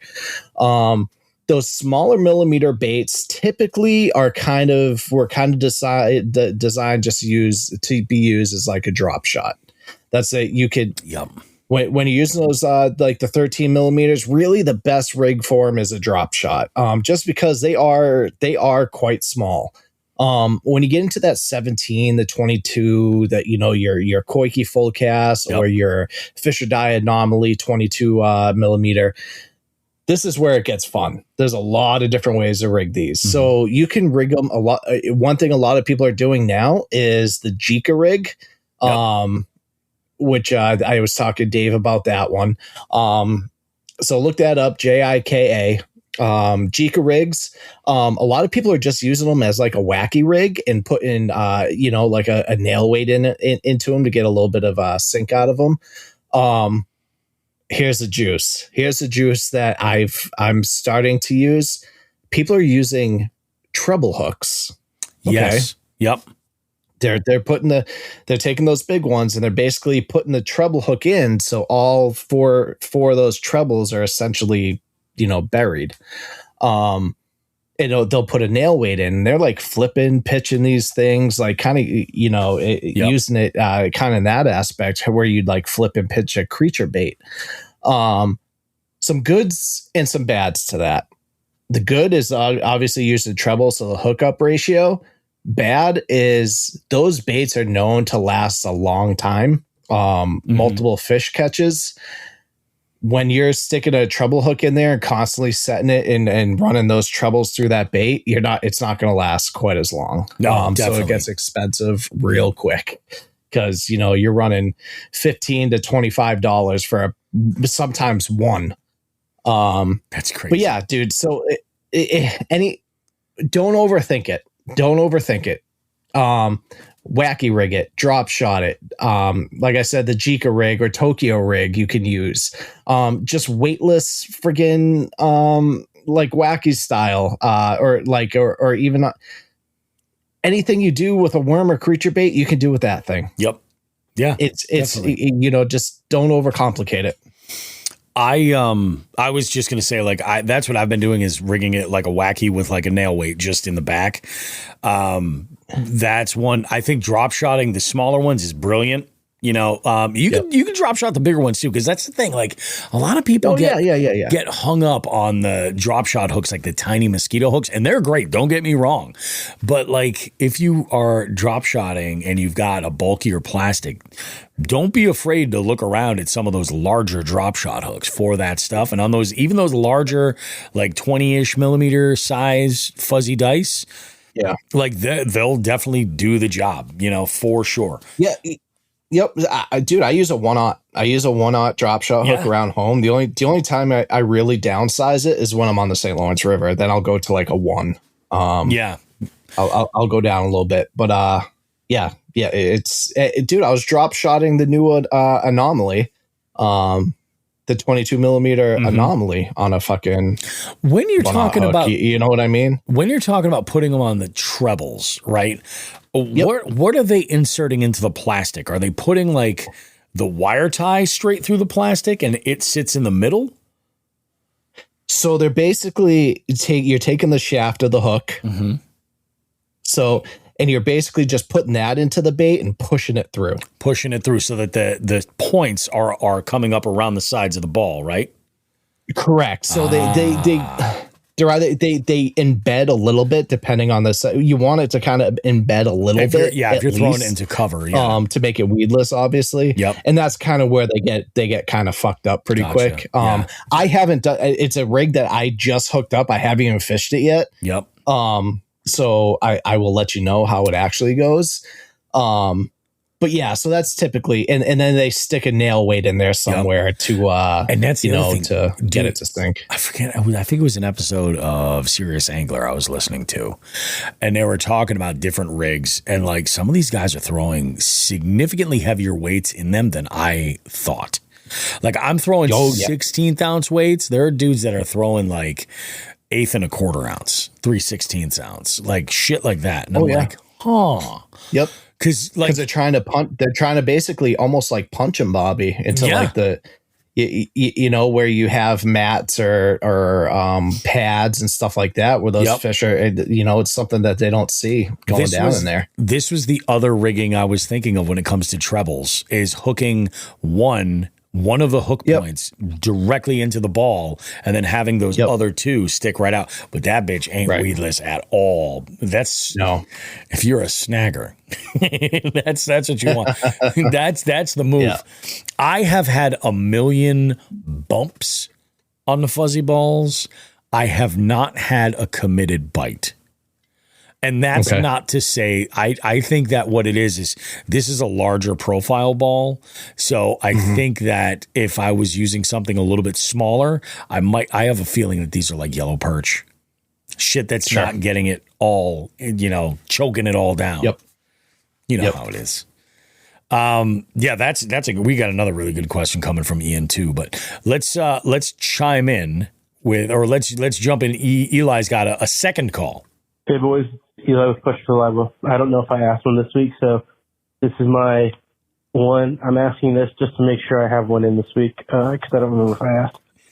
So my question is, what is the kind of sequence or the thing you tell yourself when you need to like pause for a second before you set the hook, either on the topwater frog or on a jig bite, to make sure they have it? Or I know like I've been seeing baits where you kind of have to let them eat it first, just like bigger baits, stuff like that. What is either your thought process or the thing you say, or has it just been time on the water, just missing fish that you finally have been like, okay, just learned that you need to pause for a second before you set the hook? But what is that you do? Is there a certain trick that you do? Just curious on that. Good boys. Good, Bobby. So I don't really like say anything or like count time. Oftentimes what I'll do is I try to feel the line. So he mentioned with a jig, right? Generally, I find like once I feel a bite on the jig, generally I feel that fish and I can set that hook, not a problem. But like when I'm fishing a jig, I like to fish on my Shimano reels because I can stick my finger across my index finger across the front of that reel where the line is, and the line makes contact right with my finger the whole time. If I do this with my Daiwas, it fucks it up because of that T-wing. It fucks up the spool. So I do like that. Like, that's one of the reasons why I choose that reel with that. But I do that so that I can have constant contact, not with the blank of the rod, with the line directly. And the second I feel something there, what I'm doing is I'm immediately just paying more attention to, like, I'm looking for the weight of the fish. You know what I mean? If it's something I have to wait on. I feel like, because I don't think that there's like a time that works universally. You know what I mean? Yep. With frogs, it's even a little bit more specific. I am same idea with that. I am waiting to feel the weight before I set the hook. Like, I actually want them to run away with it. Have it underwater, and it's more, it's less about the time. That's just for me, and I feel like because of that, I can be a little bit more confident with it. But like, there are some baits where, like with a jig, like if it's a good enough thump, it is ridiculous how fast I react. Ridiculous. You know what I mean? What do you say, Joe? So when it comes to the jig, it's kind of like, in my opinion, in my mind, your natural reaction time to feeling that bite or that twitch is plenty. Yeah. Because with a jig, I feel like, there's a chance of them dropping it, realizing it's something synthetic versus real. Before you're going to have that reaction time. Yeah. I think I said that right. There's always a little natural. If I'm feeling the twitch, if I feel it's kind of like you said, Bobby, and it's like, again, this is something we can't be overthinking. No. If I feel the twitch, especially on the jig, I kind of just lift it a second, and like you said, you feel it, like, but this goes in very quick sequence, and then I fucking lean back and do it. Too long, and they're gone. Yep. Too long, and they're just gonna drop it or whatever. When it comes to the frog, that's a little bit different, because the frog is something that you literally have to kind of give it a second. In my head, I just say one Mississippi, and by the time when I end, they take that frog, one Mississippi, and then I set the hook. I literally say that in my head, one Mississippi. When I was first starting fishing, this is when my youngest was just a kid, super little. We had just moved in here. She was maybe like 3 or 4 or something like that. It was a while ago. And I was just learning how to fish with a frog, with a lot of artificial lures. But like with a frog, I was really, really like, oh, how's this work? And I had heard about like, oh, yeah, you have to delay when you do. So you know what I used to say to myself? Because she used to watch this show all the time. What's that? You remember Blue's Clues? Yeah. Blue Skadood, we can too. So stupid. I thought you were going to be like, we just got a letter. Yeah. Oh, dude, that would have been good too. We just got a letter. See if it's a PB. Yeah, it was. That's the thing. Like, and I feel like I have maybe tried to count like, okay, 1, 2, and then it hasn't been the right amount of time. You know what I mean? Or that instance, maybe most of the time that amount of time would be enough. But like, I just feel like when you can actually sense the presence of that fish on the end of the line, it helps. And that's actually like really light line helps too. Really fucking light line fucking helps big time. But that's fucking good shit, man. That's good. Eli with 2 fucking really good questions this week. Like real, like thinky questions. But now Ian also sent us a text. And I love this because I was actually just looking at a couple of these in my truck this past week. So he goes, I also got a question about telescoping rods. I bought a 7-foot bait caster and a 6'9" spinning for when I travel for work. Good call or fuck it, bring my 2-piece. And I asked him which ones he got. He goes, I got them off of Amazon Prime. I can't tell what the brand is or anything from them. But they look decent. You know, they definitely look decent. Oh, yeah, he's got the spinning rod as well. What? I can't see these. I can't zoom in, unfortunately. You know what I say to that? Well, man, if they work for you, fuck it. Here's the thing. I have a couple. It's funny too that he says it's a one bait casting and one spinning, because when I decided, this was when I was like, you know what, maybe I can convince myself to get a little more active in the fall and shit like that and bank fish and I'll hike more, you know, and I'll do whatever. But I want to kind of downsize and like I'll grab a reel of each and then I can put these in a backpack and maybe fish some areas where I should fucking not. You know what I mean? Like, whatever. But, you know, there's nothing that says I'm going fishing other than like walking around with fishing rods. So the telescoping shit works out good. These things don't reduce as small as I thought. But I will say this, I have caught plenty of fish with them. Now, a lot of the telescoping rods, they know that you're not going to buy like a full outfit of all those rods. So you're not going to buy a heavy, a medium heavy, something that's light. You're not going to buy an arsenal of these rods. You're looking for the best bang for your buck. So I've got a couple from Cast King. I think they're called the Blackhawks. And these rods, like the first segment in each one is fiberglass. So it's way, way more of a whippy kind of moderate sort of like tip section. The rest of the rod though is, graphite, super, super sensitive. Like it's solid, but the tip itself has a little bit more give to it.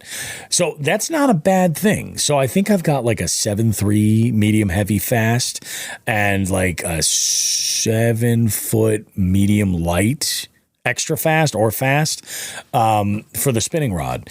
And dude, they are awesome. I was looking at them this week because I think I'm going to take them out of my truck because they're doing no good there. That I have them in this little baggie that I can carry them around with, and I'm going to store them in the boat. Right. So if somebody ever breaks a rod and they're like, oh shit, I've got a casting rod and I've got a spinning rod that they can put whatever reel on and be back in business and get by. I will say this much, Ian, as far as like the ones that you got, it depends on how you're traveling for work. Because a 2-piece rod it can be a pain in the ass to be able to check it. Or it can be a huge pain in the ass to try to carry it on if you're flying. If you're driving, 2-piece rod's great. You know what I mean? It's super easy. You can throw that in a car, you'd be good to go. I think realistically though, I think you did the right thing getting those telescopic rods. You're not running out and fishing a tournament or anything. Like you're just spending an hour and a half after you get done at a trade show or whatever you have going on. Right. So I think you made the right call for sure. Enjoy them. And if they, have you ever, Joe, fished with a telescopic rod? No, since I was a kid. You got to take some care to make sure that like those segments are in place and like solid, because they have a tendency, some of them, to like twist out of alignment. So you will find that you're going to end up fixing that a little bit, but they definitely get the job done. It's like Bacardi and cola. They get the job done. Yeah, what a fucking show, Joe. What a goddamn show. What a show. Yeah. I like that. If it works for him, he should fucking do it. Listen, you guys, we got a crazy bunch of stuff going on. We have the Saturday the 20th is the slot limit tournament. That is the Father's Day slot limit team tournament. You should check that out. That's a lot of fun. It's available at jigsandbigs.com. You click on the tournaments link that we have there. It brings you to Fishing Chaos with all of our stuff that's available for you to check out.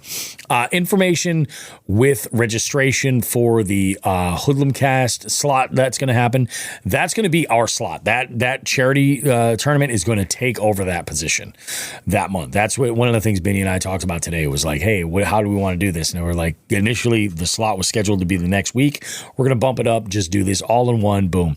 Really, really low buy-in. 100% of the money that comes in goes to BCRF. So it's even if you're not going to fish, you should enter. And number one, you're doing something really good for BCRF, right? Number two, you're going to get entered into the raffle. So even if you don't fish that day, you can't fish, you at least have an opportunity to be involved with the raffle and win some stuff. So I recommend go for it, man. It's 100% donation. We're, doing some good stuff. So it'll be badass. That's going to be happening. We'll probably have that set up in the next week or two and live for you guys. For the OGs that are going to Hoodlum Fest locally, we will have some invitational stuff on Fishing Chaos as well. Speaking of hooks at Hoodlums, Joe, we talked about that pocket tee. Did you order one? Yep. Not yet. I need to. I'm thinking about it. I'm thinking like today, I'm like, it'd be a nice going out shirt. Nice little pocket tee. Such a fucking, so stupid, dude. And then the logo for the, Hoodlum Fest 2026. That's going to be a limited run shirt too. That's pretty badass. Good. Nostalgic as fuck. I love that. Yeah. You got anything you want to wrap up with before we go? Anything coming up with AVF you want to tease? Do you want that? We got the 22 millimeter anomaly from Fish or Die going to be hitting in the next day or two. Oh, finally got them in, so they're going to go quick. So I bet you they we'll are. Announce it on Instagram, whatever. We do have the AVF exclusive color, and we actually have them before Tackle Warehouse. So that's insane. We have them first, and I'm just getting them onto the website and whatnot. And we have the AVF First Blood color, which Mark was talking about in here. So be looking out for that. Fucking John Rambo. Jesus Christ. Are you talking about that? Didn't happen to you, Frank. That's Rambo. You're talking about John Rambo. Frank. They didn't draw first blood. Just say goodnight, folks. Hey, you guys have yourself a great week. We will see you with more Jigs and Bigs goodness coming up in 7 days. We got lots of good stuff, and registration's still open for the team tournament for June. If you got a friend and you're in the 6 New England states, New Jersey, New York, or Pennsylvania, you should jump in this. Man, give it a shot. It is good stuff. For the rest of the country, we have good stuff in store for you next season. You're not going to want to miss it. Have yourselves a great one, everybody. We'll see you guys in 7 days with more Jigs and Bigs goodness. Like we always say, tits and ass, smoke some grass. One last cast.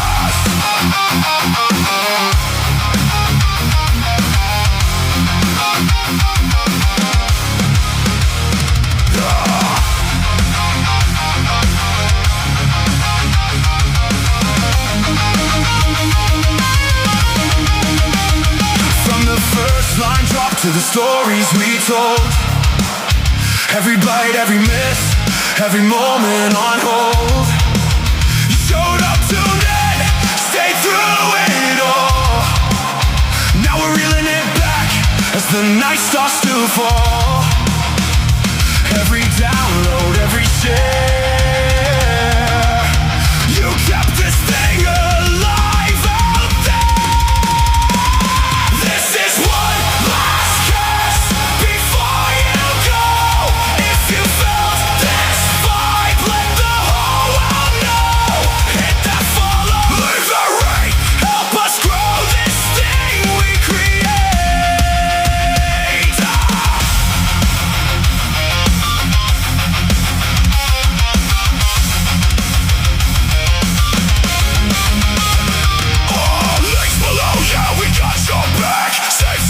on the gear you stack.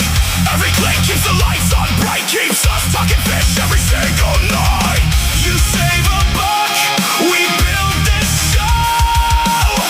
That's how this whole damn thing can grow. This is one last kiss before you go. If you